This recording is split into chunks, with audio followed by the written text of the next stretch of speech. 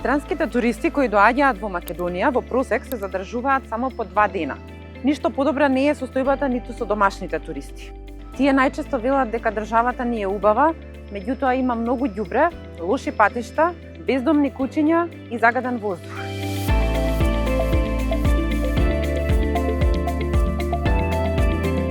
Најбројни се турските туристи, тие се генерално на пропатување помеѓу 1,5 и 2 дена.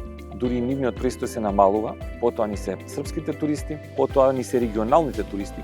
Домашните туристи, покрај тоа што се помалце во број во дестинациите, создаваат повеќе број на ноќевања за разлика од странските скапи туристи. Странските туристи се субвенционирани. Едни од двата примерни пазари, како што е холандскиот и полскиот пазар, некако полека, но и би кажал веќе убрзано ги губиме. Ако споредиме една дестинација која што патуваме 1,5 час или ако патуваме 10 часови со автобус, тога секако дека нема да одбереме за да уживаме во нешто.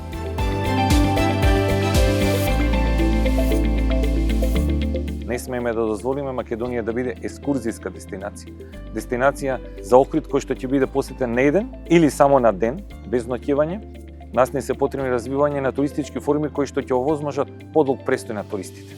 3, 5 и 7 дена, според мене нови туристички производи, атрактивност на дестинацијата и стратешки пристап кој што во наредните 3 до 5 години ќе помогне нови инвестиции во туристичката индустрија и секако нови дестинации кои што треба да се отворат со нови авиолинии. Државата во досегашните стратегии вели дека ни се потребни повеќе атракции во Скопје, Охрид и Струга, како и промоција на археологијата и гастрономијата. Меѓутоа, сепак најголемиот проблем останува лошата инфраструктура.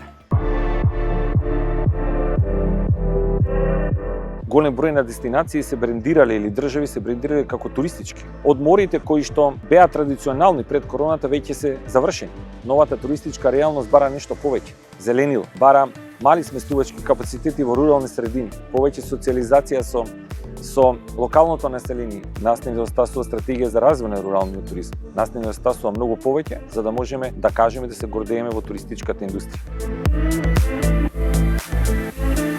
Верувам во тоа дека туризмот во наредните 5 години доколку стратешки се развива може да донесе $1 милијарда девизен прилив. Туристичката дипломатија, па и културната дипломатија се многу моќни. И тоа се алатки кои што треба да ги користи. Министерството за култура и туризам, кое што веќе постои неколку месеци, треба да му се даде шанса да создаде ново реархитектурирање во туристичката индустрија. А исто така треба да создадеме туристички инспекции, туристичка полиција.